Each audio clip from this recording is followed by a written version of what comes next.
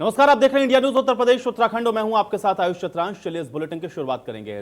रामपुर में पुलिस ने retired police officer आले हसन और उनके बेटे को कलेक्ट्रेट परिसर से गिरफ्तार किया है। सपा शासन में आले हसन सीओ सिटी रहे थे। इन पर अब तक कुल 56 मुकदमे दर्ज हैं। कई मुकदमों में इन्हें कोर्ट से जमानत मिल चुकी है, जबकि कई मुकदमों में कोर्ट से 82 की कार्रवाई की गई है। अब आले हसन को कोतवाली सिविल लाइन पुलिस पिछले कई महीनों से तलाश रही थी, पर आले हसन पुलिस को चकमा दे रहे थे और उनके घर की कुर्की का नंबर भी था। शायद आज कोर्ट में अपने आप को हाजिर करने आए थे, जिन्हें पुलिस ने धर दबोचा।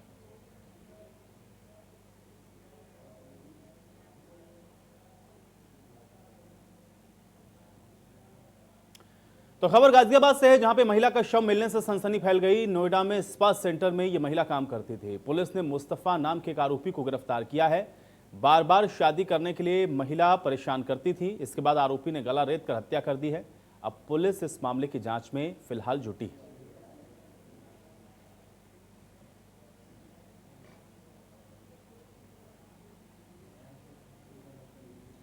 उधर मोहनलालगंज विकासखंड के अंतर्गत आने वाले मरोई गांव में ग्रामीणों ने विकास की कमान अब खुद संभाल ली है। अब सरकारी तंत्र की लापरवाही के चलते ग्रामीणों ने खुद ही गांव में निर्माण कार्य को शुरू कर दिया है। ग्रामीणों ने यह बताया कि उनके गांव का मुख्य मार्ग पूरी तरह से क्षतिग्रस्त है, साथ ही पानी निकासी की भी कोई व्यवस्था नहीं है। ऐसे में बरसात के समय कई लोग हादसे का शिकार होते हैं। अब समस्याओं की शिकायत ग्रामीणों ने कई बार खंड विकास कार्यालय, तहसील और जनप्रतिनिधियों से की, लेकिन उनको निराशा ही हाथ लगी। इसके बाद मजबूरन खुद ही ग्रामीणों ने सड़क निर्माण का कार्य शुरू कर दिया।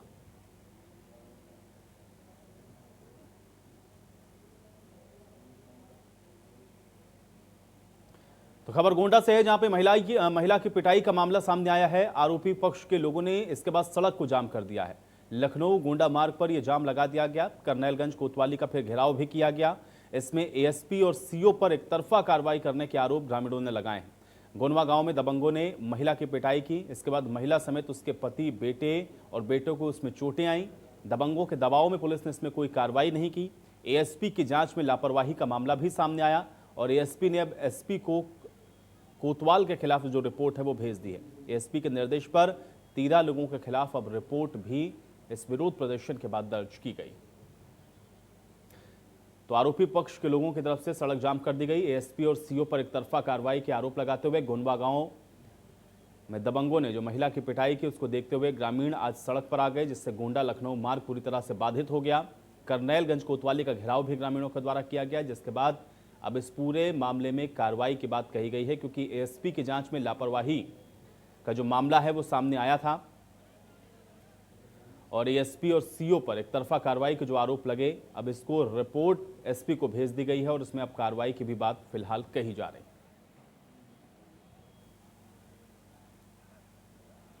उधर मेरठ मेडिकल कॉलेज प्रशासन की एक बड़ी लापरवाही सामने आई है और यहां पर बायो मेडिकल वेस्ट में ले जाई जा रही कोरोना मरीज के ब्लड सैंपल की फाइल सड़क पर बिखर गई है। इससे मेडिकल कॉलेज में अफरा तफरी मच गई। दरअसल ठेले में ओवरलोड करके पैकेट रखे गए थे। इसमें से 2 पैकेट अचानक से सड़क पर गिर गए और सारे ऑयल सड़क पर फैल गए। किसी शख्स ने यह वीडियो बनाकर इसके बाद सोशल मीडिया पर वायरल कर दिया। हालांकि कुछ दिन पहले मरीजों के ब्लड सैंपल भी बंदर ले गए थे और तभी भी यह मामला काफी तूल पकड़ चुका था। हालांकि इस मामले में मेडिकल कॉलेज के प्रिंसिपल का कहना है कि माइक्रोबायोलॉजी लैब से ऑटो क्लियर करके वायरल मेडिकल टेस्ट के तौर पर ले जाई जा रही है और इससे वायरस फैलने का कोई खतरा नहीं है।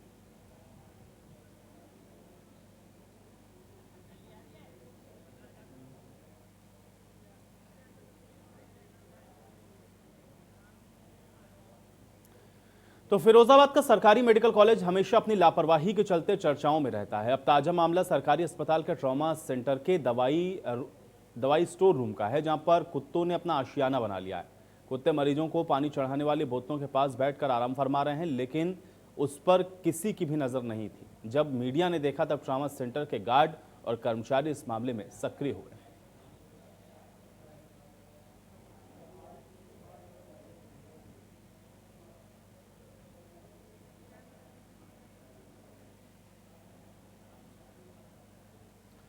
उधर बस्ती के महर्षि वशिष्ठ मेडिकल कॉलेज में कोरोना काल में करीब 5 महीने के दौरान 8 संक्रमितों की मौत हो चुकी है और इसमें 5 को सांस लेने की शिकायत भी थी, लेकिन मेडिकल कॉलेज में 18 वेंटिलेटर होने के बावजूद एक भी मरीज को उसकी सुविधा नहीं दी गई। इसका सवाल जब अस्पताल प्रशासन से पूछा गया तो उनका तर्क ये था कि वेंटिलेटर पर जाने वाले मरीज की मौत हो जाती है और वेंटिलेटर के अलावा मरीज के लिए ऑक्सीजन की सुविधा है, जो कि वेंटिलेटर से ज्यादा कारगर साबित हो रही है। इस समय 15 मरीजों को ऑक्सीजन पर रखा गया है।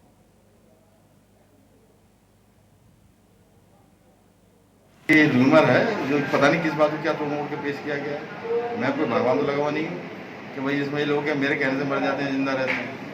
वो पता नहीं किस सेंस में बात कही गई, उसका मुझे पता नहीं। तो वेंटिलेटर पर अभी एक भी मरीज का इलाज हुआ सर? देखिए, जो मरीज होता है ये इसका डिसीजन जो है वहाँ पर कंसर्न डॉक्टरों से लिया जाता है, जिसके हिसाब से वो डिसीजन लेते हैं। तो खबर गाजियाबाद से है, जहां पे अवैध हथियारों की तस्करी लगातार जारी है और ट्रोनिका सिटी पुलिस ने इसी सिलसिले में 2 लोगों को गिरफ्तार किया है। इनके पास से 2 पिस्टल, 7 तमंचे और अन्य सामान को भी बरामद किया गया है। ऑन डिमांड अवैध हथियारों की ये सप्लाई करते थे। अब मुख्य सरगना की तलाश फिलहाल पुलिस के द्वारा की जा रही है।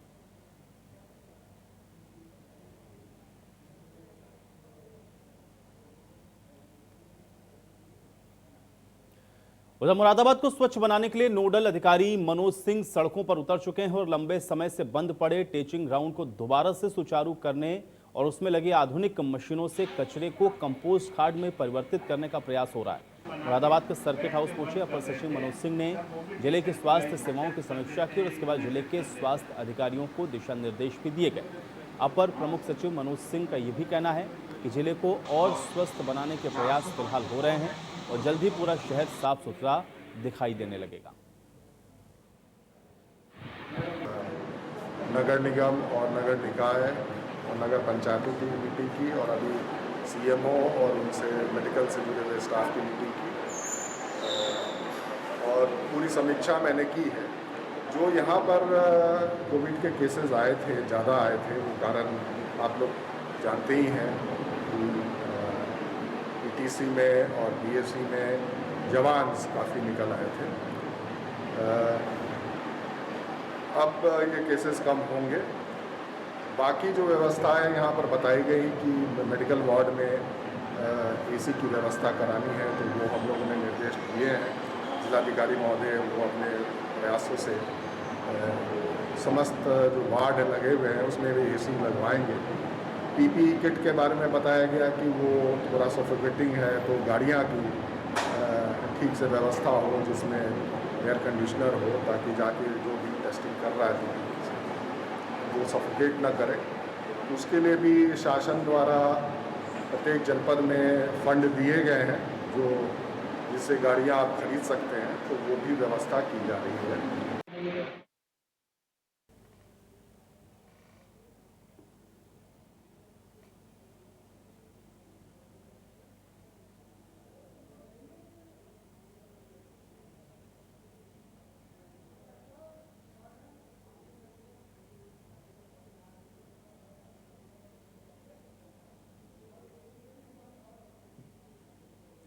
और चलिए इसी के साथ एक बड़ी जानकारी लखनऊ से आ रही है। आपको बता दें इस वक्त की बड़ी खबर है लखनऊ से।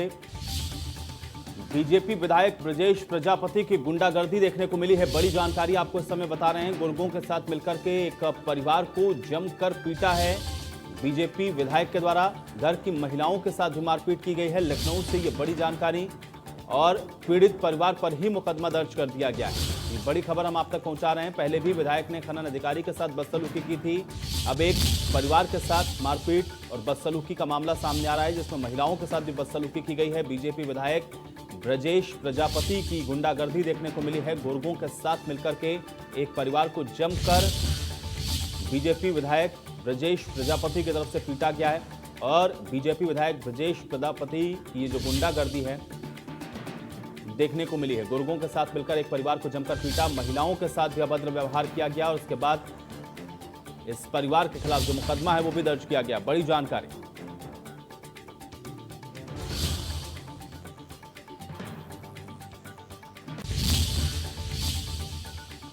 तो वहीं इस पूरे मामले में हमारे सहयोगी जय शुक्ला ने पीड़ित परिवार से खास बातचीत की है। आइए आपको सुनवाते हैं। जिस तरह से अगर हम बात करें तो बीजेपी सबका साथ सबका विकास लेकर के सत्ता में आई थी। ऐसे में कहीं ना कहीं कुछ ऐसे हनकदार विधायक और नेता हैं जो लगातार गरीबों पर अपना कहर ढाते हुए नजर आ रहे हैं। ऐसा ही कुछ मामला राजधानी लखनऊ के पीजीआई में जो तेलीबाग कस्बा है वहां से निकल के सामने आया है। हमारे पीछे देख रहे हैं कि कुछ जो लोग हैं इनको बुरी तरह से मारा पीटा गया है। इनका कहना है कि विधायक के जो गुर्गे थे या विधायक थे उनके द्वारा मारा गया है। बात करते हैं, क्या नाम है आपका? सुनील। सुनील, क्या पूरा मामला था? वहाँ पे लड़ाई हो रही है, एक लड़का बताए तो हम भागते हुए चले हैं, कहीं भाई से तुम्हारे लड़ाई हो रही तो हम चले आ रहे हैं, हमको गिरा के मारने लगे एकदम से, सब कोई जुट के। जो हमारे आपके घर की महिलाओं और तो कोई मारा? कोई नहीं मारा है, बात भाई ने कोई। बिल्कुल, यहाँ पे देख सकते हैं कि जो इनके घर की महिलाएं थी उनको भी मारा गया है। आप देख रहे हैं बुजुर्ग भी हैं। क्या नाम है आपका? राम बिहारी नाम भैया। क्या हुआ था? अरे भैया दौड़ा लिया हमको, इस लड़की को लातम घुसन को मारा और हमारे लड़के का लग मार के देखो पकड़ाए के बंदों का राधीन बेटा। लोग के सर का हमारे तो कोई कुछ सुन ही नहीं रहा, मैं घर ही मारी मारी कल से फिर रही। लड़कियों को भी मारा? हाँ, इसके कुछ लड़कियां हैं उनको भी मारा गया है। किसने मारा आप लोगों को? हमको वो राकेश प्रजापति, सुरेश प्रजापति, दिनेश प्रजापति। कौन है ये लोग? ये सब विधायक के साले हैं। कौन है विधायक? बीजेपी से? हाँ, बीजेपी के ब्रिजेश विधायक। ब्रजेश? हाँ। किस वजह से मारा आप लोगों को? अरे वो कोई मैटर नहीं था, ये अचानक से घर हमारे टूट पड़े, हमको पता नहीं, सब लाते घुसा, हम जान बचा के भगे। मेरे बार पकड़े, मेरे यहाँ मारा, मेरा मोबाइल छिना लिया, 112 नंबर फोन कर रहे थे। अरे हमने कहा भैया हमको मत मारो, खड़ी लात मारी। हमने कहा मोदी क्या पहले कोई रंजिश थी, कुछ मामला था? पहले हमारी शटरिंग हो रही थी, या लोग आने नहीं दे रहे थे, तो हम पुलिस को बुला के ले गए, तो उन्होंने समझाया था, हमारी शटरिंग जाने दी। तब भी इसने हमारे भाई को, आशीष को गुम्मे अड्डे से मारा था। हमने कहा हटाइए, ये लोग बड़े लोग, 2 बार सबर कर ले। उसके बाद में तो खुद उल्टा मुकदमा लिखा है कि उनके ये उल्टा मार वहाँ के उल्टा मुकदमा, और सब शराब पिए थे, विधायक शराब पिए थे, ये सब जितने थे सब। बिल्कुल, ये देख सकते हैं कि रिपोर्ट दर्ज है। पुलिस ने क्या कार्रवाई की है? भैया नहीं, अभी कुछ नहीं हुआ। किसको बंद किया है? अरे हमारे लड़के किसी को नहीं बंद किया, हमारे भाई को अब जस्ट बंद कर दिया गया। हाँ, चोट हम लोग को लगी गई, धमकाया हम लोग को जा रहा है। बीजेपी की सरकार में मोदी तो लड़कियों को सम्मान दे रही है, अच्छी परवरिश दे रही है। हम लोग हाँ, हम लोग दलित पर, हम लोग की बेइज्जती कर डाली। हमारी वाली बहन के पूरे कपड़े चरा चरा, सीना ईना में सब लाते, जैसे पाया सब खूब मारे, लाते घुसे। यहाँ देख रहे हैं कि जिस तरह से पूरा परिवार अपना दर्द बयां कर रहा है मीडिया के सामने, आप देख सकते हैं कि किस तरह से चोट खाए हुए हैं। एक जो सत्तारूढ़ विधायक है, जो कि बांदा से विधायक बताए जा रहे हैं, ब्रजेश प्रजापति, वो और उनके गुर्गों ने मिलकर बुरी तरह से पूरे परिवार पर कहर ढाया है। वहीं आपको बता दें कि जिस तरह से जो पीड़ित परिवार है उसी को ही बंद करने का लगातार आरोप लगाया जा रहा है। आप देख रहे हैं किस तरह से यहाँ पर पूरा पीड़ित परिवार इकट्ठा है। ये थाने के बाहर, पीजीआई थाने के बाहर मिन्नतें कर रहे हैं कि उनके जो घर के लड़के को बंद किया उनको छोड़ दिया जाए।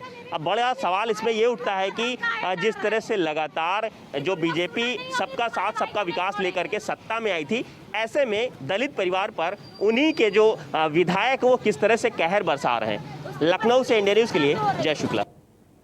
और चलिए बातचीत करते हैं, जय शुक्ला हमारे सहयोगी फोन लाइन पे भी हमारे साथ जुड़े हुए हैं। जय, सबसे पहले तो ये बताएं कि ये प्रकरण क्या है, क्या समझ में आया है, कोई रंजिश थी, क्या वजह रही इस पूरी मारपीट की? और दूसरा ये बताएं कि जो पीड़ित पक्ष जिससे आप बातचीत कर रहे थे, जिनके बेटे को पकड़ के बंद किया गया पुलिस थाने के अंदर, पुलिस का क्या कुछ कहना है इस पूरे प्रकरण को लेकर के? दोनों ही चीजों को अपडेट करें। बिल्कुल, अगर आपको बता दें तो ये राजधानी लखनऊ के तेलीबाग का मामला, जो कि थाना पीजीआई के अंतर्गत आता है।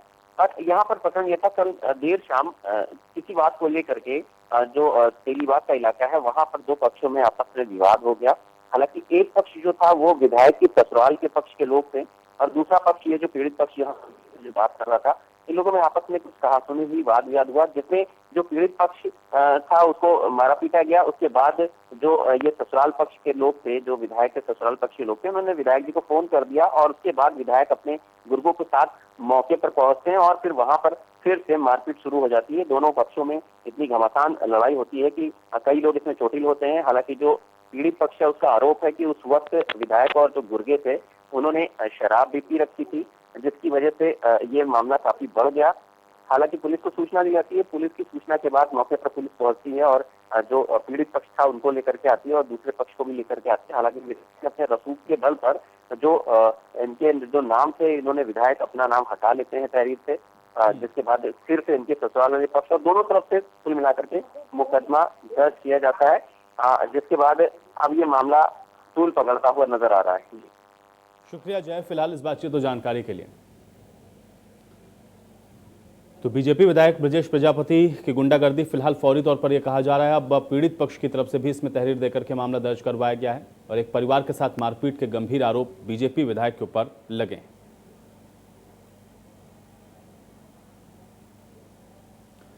वहीं मैनपुरी में एक तरफा प्रेम में युवक ने युवती और उसकी मां पर सरिया से हमला कर दिया और घटना में युवती की मां की मौके पर ही मौत हो गई, जबकि युवती को गंभीर हालत में इलाज के लिए सैफई भेजा गया।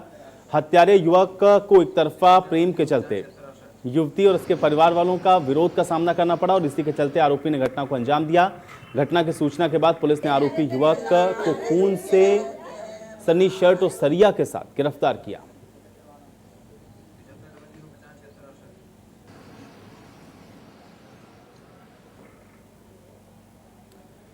तो खबर फतेहपुर से है, जहां पे दशकों से चले आ रहे खूनी खेल का अंत नहीं हो रहा और अब ताजा मामला खखेरू गांव का है, जहां पे प्रधानी की रंजिश में ग्राम प्रधान के बेटे को गोली मारकर घायल कर दिया गया। युवक की हालत गंभीर होने के बाद उसको जिला अस्पताल कानपुर के लिए रेफर किया गया। आपको ये भी बता दें कि कोटगांव निवासी मोहम्मद मुसर्रत अली वर्तमान में प्रधान प्रतिनिधि हैं, उनकी मां ग्राम प्रधान हैं।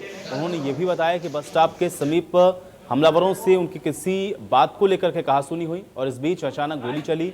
गोली युवक के दाहिने हाथ में लगी। तो पुलिस इस पूरे मामले की जांच पड़ताल फिलहाल कर रही है।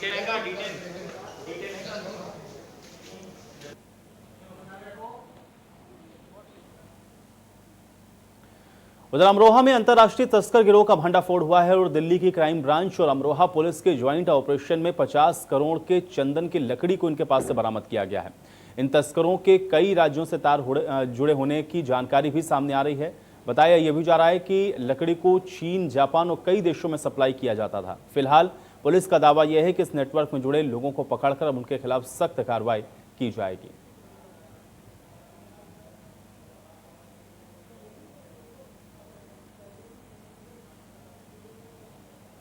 वहीं बुलंदशहर के खुर्जा देहात थाना क्षेत्र में 2 बेटों की करतूत सामने आई है और दोनों बेटों ने मिलकर अपने पिता की गला दबाकर हत्या कर दी। उसके बाद शव को चुपचाप उपलों में छुपाकर अंतिम संस्कार करने की तैयारी भी कर दी, लेकिन रास्ते से गुजर रहे 2 राहगीरों ने संदिग्ध हालातों में यह शव जलता देख करके घटना की सूचना पुलिस को दी। पुलिस ने मौके पर पहुंचकर शव को चिता से निकाला और दोनों बेटों को हिरासत में लेकर शव को पोस्टमार्टम के लिए भेज दिया और जांच शुरू कर दी।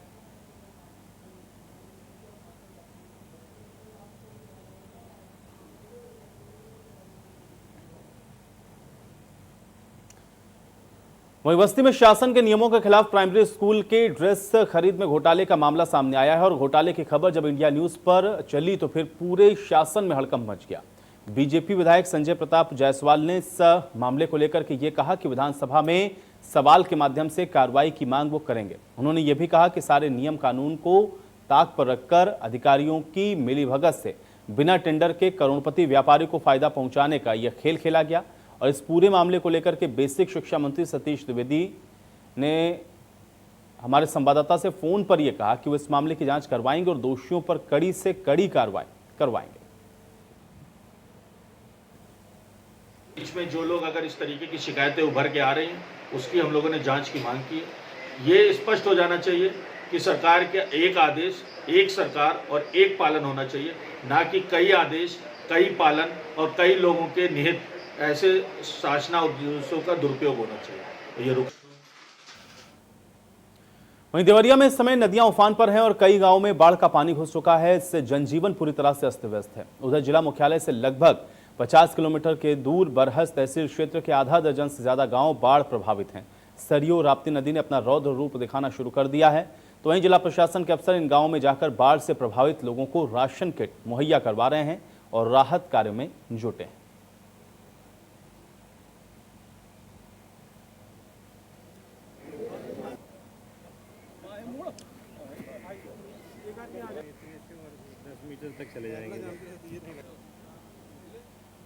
और इसी के साथ एक बड़ी जानकारी कौशाम्बी से आ रही है। आपको बता दें कि कौशाम्बी में एक महिला के साथ दुष्कर्म की वारदात को अंजाम दिया गया है और तमंचे की नोक पर महिला के साथ गैंगरेप किया गया है। बड़ी खबर है, सपा नेता और उसके भाई पर गैंगरेप के आरोप लग रहे हैं। इस वक्त की बड़ी जानकारी है कौशाम्बी से।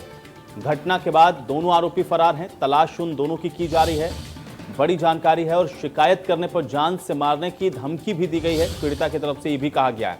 तो सपा नेता और उसके भाई पर गैंगरेप के ये आरोप पीड़ित महिला के द्वारा लगाए गए हैं और बताया जा रहा है कि तमंचे की नोक पर यह गैंगरेप की वारदात जिसको अंजाम दिया गया। बड़ी खबर है, कौशांबी से तमंचे की नोक पर एक महिला से गैंगरेप का मामला सामने आ रहा है। सपा नेता और उसके भाई पर गैंगरेप के आरोप लगे हैं और पीड़ित की तरफ से आरोप लगाया गया है। घटना के बाद से ही दोनों आरोपी फरार चल रहे हैं। तलाश फिलहाल की जा रही है। पीड़िता ने यह भी बताया है कि शिकायत करने पर जान से मारने की धमकी भी पीड़िता को दी गई है और सपा नेता और उसके भाई पर यह गैंगरेप का आरोप महिला के द्वारा लगाया गया है। बड़ी जानकारी है, इस वक्त की बड़ी खबर आप तक पहुंचा रहे हैं। सपा नेता और उसके भाई पर गैंगरेप के संगीन आरोप एक महिला के द्वारा लगाए गए हैं और आरोप यह है कि पीड़िता के साथ तमंचे की नोक पर गैंगरेप किया गया है सपा नेता और उसके भाई के द्वारा और घटना के बाद से ही दोनों आरोपी फरार हैं।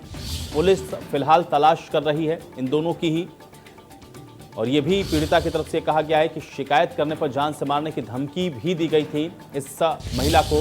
तो ये बड़ी जानकारी है। कौशांबी से इस वक्त की बड़ी खबर हम आप तक पहुंचा रहे हैं। तमंचे की नोक पर महिला से गैंगरेप का मामला सामने आया है।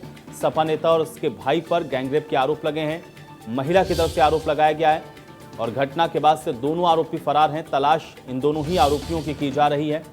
शिकायत करने पर जान से मारने की धमकी भी दी गई थी। पीड़िता की तरफ से ये खुलासा भी किया गया है। राकेश हमारे सहयोगी जुड़ गए जानकारी के साथ। राकेश, बताएं क्या कुछ है पूरा मामला? आयुष साहब बता रहे हैं मंजनपुर कोतवाली का मामला है जहां पर एक महिला ने आरोप लगाया है कि उसके साथ सपा नेता जो और उसके भाई ने उसको अपने घर बुलाया और वहां पर उसके साथ जोर जबरदस्ती की। जब उसको बचाने की कोशिश की तो उसको पिस्टल दिखाकर उसके साथ गैंगरेप किया गया। इसी तरह से वहां बच के जब वो अपने घर पहुंचे और अपने परिवार वालों से बताया कि इसकी शिकायत मंजनपुर थाने में की गई, जहां पर शिकायत के बाद पुलिस ने मुकदमा दर्ज करके अब जाँच करना शुरू कर दिया है। शुक्रिया राकेश फिलहाल इस बातचीत और जानकारी के लिए।